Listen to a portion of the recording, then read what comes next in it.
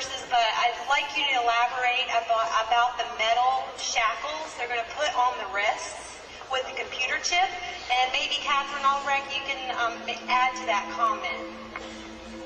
Unfortunately, I believe one among several plans to ensure that the government's edict of mandated vaccinations, and by the way, the state of Oklahoma last week passed through its House just such a law for the state of Oklahoma and its residents that everyone will be vaccinated in the state of Oklahoma.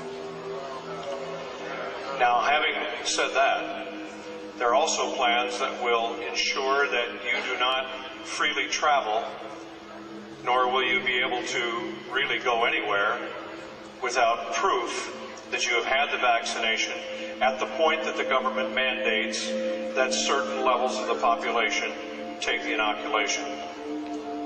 When that happens, I have been told by state troopers across the country that there are plans ready to be implemented that would include roadblocks and choke points, as we call them, major interstate junctions around major cities and so forth, where the greatest number of people can be held until they are either prove their vaccination by papers, or in the case of a medical specialist in Milwaukee, Wisconsin, who told me that they had observed a semi-tractor trailer being unloaded at the hospital loading dock, pallets and pallets, scores of cases of metal bracelets that once put on would slip into a place and be either pegged in there with some kind of device to hold it in place, but the band was meant to be permanent.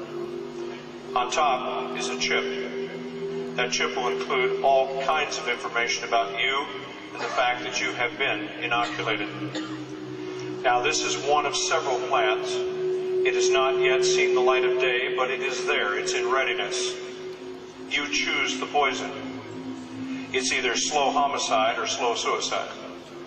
They're either going to kill you with the injection, or if you go up and say, sure, I just want to be able to go wherever I want to go, and you take it, to me, that's virtual suicide. Just slow motion suicide. So we've all talked about not getting the vaccination, that's clear, but you may not have a choice.